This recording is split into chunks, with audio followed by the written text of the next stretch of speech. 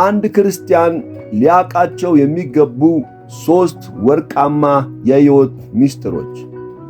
ብዙዎቻችን ሕይወታችን እንዲቀየር፣ ሰላምና መንፈሳዊ እድገት እንዲኖረን እንመኛለን። ነገር ግን ሳናስተውለው ጉልበታችንንና ጊዜያችንን የምንጨርሰው በከንቱ ነገሮች ላይ ነው። የሰዎችን ወሬ እየተከታተልን በራሳችን ኃይል ብቻ ነገሮችን ለመቆጣጠር ስንሯሯጥ የተለያዩ ሸክሞች ሕይወታችንን አክብደውታል። እውነት ለመናገር ክርስቲያናዊ ሕይወት ማለት ሸክም መሸከም ሳይሆን ሸክምን ማስጣል ነው። በዛሬው ቪዲዮአችን በመጽሐፍ ቅዱስ መሠረት አንድ አማኝ ሊያውቃቸው የሚገቡ ውስጣዊ ሰላምን የሚመልሱ መንፈሳዊ ሕይወትን ሙሉ በሙሉ ሊለውጡ የሚችሉ 3 ወርቃማ የሕይወት ምስጢሮችን እንመለከታለን። ቪዲዮውን እስከ መጨረሻው ድረስ አብረን እንከታተል። ምናልባትም ዛሬ የምናያቸው ሐሳቦች ሕይወቶን ከሚቀይሩት ቁልፍ ነጥቦች አንዱ ሊሆን ይችላል። እንኳን ወደ ሌዊ ቻናል በደህና መጡ። ይህ ቻናል ከመጽሐፍ ቅዱስ እውነት ጋር በመሆን ሕይወታችንን የሚቀይሩ መለኮታዊ መሪዎች በማንሳት መንፈሳዊ ሕይወታችን እንዲገነባ የሚሠራ ነው።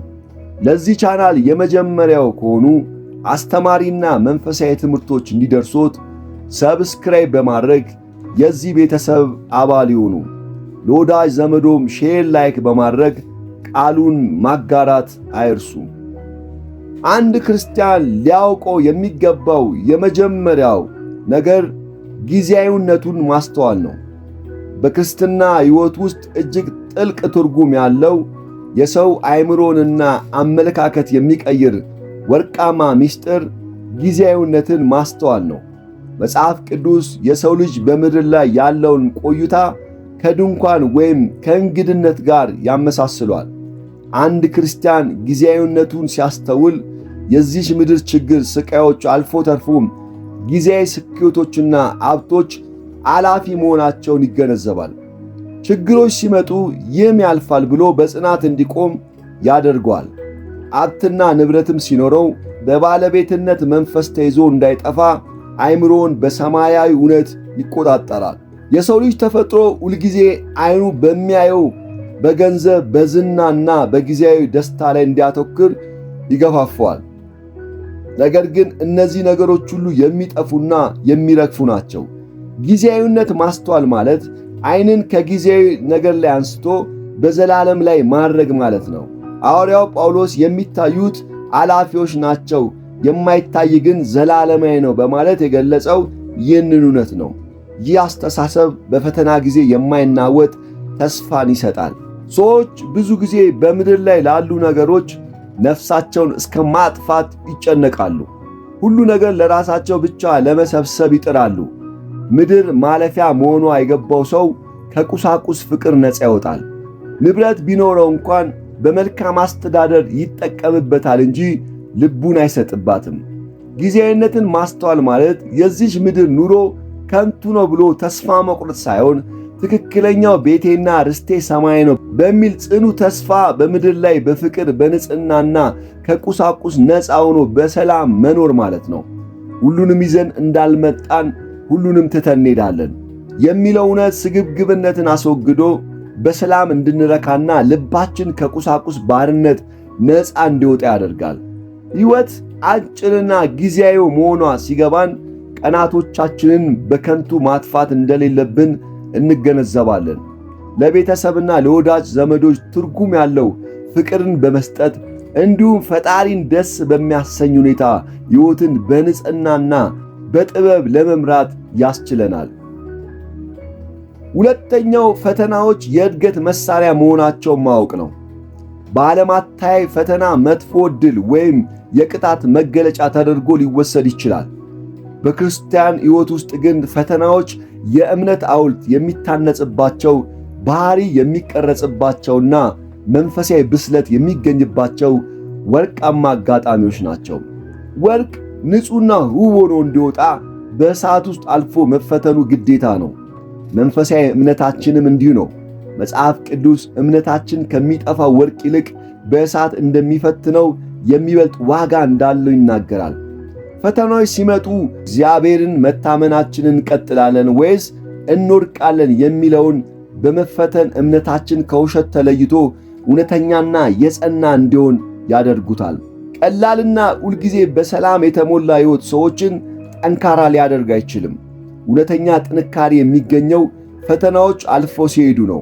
ሐዋርያው ጳውሎስ በሮሜ መጽሐፍ ላይ መከራ ትዕግሥትን እንደሚያመጣ ትዕግሥትም ተስፋን እንደሚሰጥ እናውቃለን ይላል። ሰዎች ነገሮች ሁሉ ሲስተካከልላቸውና ሕይወታቸው ሲመቻቸው በእግዚአብሔር ላይ ያላቸው ጥገኝነት ሊቀንስና በራሳቸው ሊተማመኑ ይችላሉ። መከራና ፈተና ሲገጥም ግን የሰው ኃይል ከንቱ መሆኑን ተረድተን ሙሉ በሙሉ ወደ እግዚአብሔር እንዞራለን። ችግሮች በጸሎት ወደ እግዚአብሔር እንድናቀርብ ድምፁን በዝምታ ሰምተን በዕለት ተዕለት ሕይወታችን የእርሱን ማዳንና መገኘት በአካል እንድንለማመድ ያደርጉናል። አስቸጋሪ ሁኔታችን አልፎ መውጣት የሰው ልጅን አእምሮአዊና ስሜታዊ ጥንካሬ ይጨምራል። ቀደም ሲል ሊረብሸንና ሊያደክሙ የሚችሉ ችግሮች ወደፊት ሲመጡ በቀላሉ የማይበገርበትን ብርታት ይሰጣል። ብዙ ጊዜ ሰዎች የራሳቸውን ጥንካሬ ማወቅ የሚችሉት ፈተና ሲገጥማቸው ነው። ፈተናው ሳለን ውስጣችን ምን ያህል ጠንካራ እንደሆነ፣ ምን ያህል በትዕግሥት መጽናት እንደምንችልና በእግዚአብሔር ላይ ያለንን እምነት ጥልቀት እንረዳለን። የችግሮች ማዕበል ታልፎ ሲወጣ በእያንዳንዱ እርምጃ እግዚአብሔር እንዴት እንደተንከባከበንና ከወደቅንበት እንዳነሳን ማየት እንችላለን። ይህ ደግሞ በእግዚአብሔር ላይ ያለንን እምነት በማያሻማ ሁኔታ ያጠነክሯል። ፈተናዎች የሚመጡት ሊያጠፉን ሳይሆን ጠንካራና ብቁ ሰዎች አድርገውን ሊያወጡን ነው። የትኛውም ከባድ ፈተና የዘላለም አድራሻ አይደለም፣ ማለፊያ ምዕራፍ ብቻ ነው። ሌሊቱ ምንም ያህል ጨለማ ቢሆን ንጋት ሳይመጣ አይቀርም። ስለዚህ ፈተናም የራሱ ማብቂያ ጊዜ አለው ብሎ ማሰብ ብርታት ይሰጣል። ፈተና ድክመቶቻችን የሚገለጡበት ሳይሆን የእግዚአብሔር ኃይል በድካማችን የሚያንጸባርቅበት አጋጣሚ ነው። ያለ ፈተና የተገኘ ድል ዋጋው ቀላል ነው። ዛሬ የምንቀበለው ፈተና ነገ ለምንለብሰው የድል አክሊልና ለምናገኘው መንፈሳዊ ብስለት ዋጋ የሚከፈልበት ነው። ፈተና እንደ ጠላት ሳይሆን እንደ አሰልጣኝ፣ እንደ መክሰፍት ሳይሆን እንደ የእድገት መሰላል አድርጎ መረዳት ሕይወታችንን በሰላምና በተስፋ መንፈስ እንድንመራው ይረዳናል። ለአንድ ክርስቲያን በሦስተኛ ደረጃ ማወቅ የሚገባው ምስጢር ብቻውን አለመዋጋት ነው። ክርስትና ብቻውን ሜዳ ላይ ወጥቶ እንደ ግላዲያተር ብቻውን የሚዋጋ ብቸኛ ተዋጊ የሚሆንበት የጉልበት ውድድር አይደለም። መንፈሳዊ ጦርነት በራሳችን ኃይል ብቻ መመኮር ብዙ ጊዜ ወደ ውድቀት ያመራል። እግዚአብሔር ሰውን ሲፈጥረው ብቻውን እንዲሆን አይደለም። ሰው ብቻውን ይሆን ዘንድ መልካም አይደለም ይላል ዘፍጥረት ምዕራፍ 2 ቁጥር 18። በመንፈሳዊ ሕይወት ውስጥ እግዚአብሔር ቤተ ክርስቲያንን የሰጠን እርስ በርሳችን እንድንደጋገፍ እንጂ እያንዳንዳችን ብቻችንን እንደ ደሴት እንድንኖር አይደለም። መክብብ ምዕራፍ 4 ቁጥር 9 እንዲህ ይላል፣ ሁለት ሰዎች ከአንድ ይሻላሉ፣ ለደካምነታቸውም መልካም ዋጋ አላቸውና። አንዱ ሊወድቅ ሁለተኛው ባልንጀራ ያነሷል፣ ብቻውን ሆኖ ለሚወድቅ ግን ወዮለት፣ የሚያነሳው የለምና ይላል። ጠላታችን ዲያብሎስ አንበሳ መስሎ የሚውጠውን ፈልጎ እንደሚዞር መጽሐፍ ቅዱስ ይነግረናል። አንበሳ የሚያድነው ከሌላው መንጋ ተለይቶ ብቻውን የሄደውን እንስሳ ነው። እኛም ከቤተ ክርስቲያን ኅብረት ተገለን ብቻችንን ስንሆን ለፈተና እንጋለጣለን። ሌላ አማኝ አብሮን ቆሞ ሲጸልይ፣ ሐሳባችንን ሲካፈለን፣ ሸክማችንን ሲሸከም የችግሩ ክብደት ግማሽ በግማሽ ይቀንሳል። ማንም ሰው በሁሉም ነገር ፍጹም አይደለም። አንዱ ባለበት ጥንካሬ ሌላው ደካማ ሊሆን ይችላል። ነገር ግን በኅብረት ውስጥ ስንኖር የአንድ ሰው ልምድና ዕውቀት ለሌላው ማብራት ይሆናል። ስንወድቅ የሚያነሳን፣ ስንሳሳት በፍቅር የሚገሥጸንና ስንዝል የሚያበረታን ኅብረት ውስጥ መኖር የዘላቂ ድል ምስጢር ነው። አንዳንድ ጊዜ እምነታችን ሊቀዘቅዝ፣ ልባችን ሊፈራ ወይም ተስፋ ልንቆርጥ እንችላለን። በዙሪያችን እውነተኛ አማኞች ካሉ የእግዚአብሔር ቃል እያስታወሱ በጸሎት እያጸኑና የድል ታሪኮቻቸውን እያካፈሉን እምነታችን ዳግም እንዲጸና ያደርጋሉ። ምሳሌ ምዕራፍ 27 ቁጥር 17 ብረት ብረትን ይስላል፣ ሰውም የባልንጀራውን መልክ ይስላል እንደሚለው አብሮነት ባሕርያችንንና እምነታችንን በጽናት ያጸናል። ብቻችንን ስንታገል የፈተናው ብዛት ትልቅ ሆኖ ይታየንና ተስፋ እንቆርጣለን። ሌሎች አማኞች ግን በፈተናው ሳለን ዓይኖቻችንን ወደ ላይ ከፍ አድርገን ኢየሱስን እንድንመለከት አቅጣጫ ያስይዙናል። ወዳጆች ሆይ ዛሬ ያየናቸው እነዚህ 3 ወርቃማ የክርስትና ሕይወት ምስጢሮች የዕለት ተዕለት ጉዞአችን ሙሉ በሙሉ የሚቀይሩ ቁልፎች ናቸው። የዚህን ዓለም ጫና፣ ውበትና ስቃይ ጊዜያዊ መሆኑን አውቀን ትኩረታችንን ዘላለማዊ ላይ እናደርግ።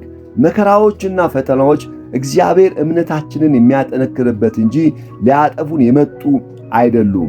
ክርስትና በኅብረትና በመደጋጋፍ ላይ ሆኖ መቆም ድልን እንደሚያመጣ የሚያስተምረን ነው። በሕይወታችሁ እነዚህ መሪዎች ስትተገብሩ ሸክማችሁ ይቀላል፣ ሰላማችሁ ይበዛል፣ ድልም ይሆናል። ይህ ቪዲዮ ጠቃሚ ሆኖ ካገኛችሁት ላይክ ማድረግዎን አይርሱ። ሐሳባችሁን ደግሞ ከታች ባለው የኮሜንት መስጫ ላይ አስቀምጡልን።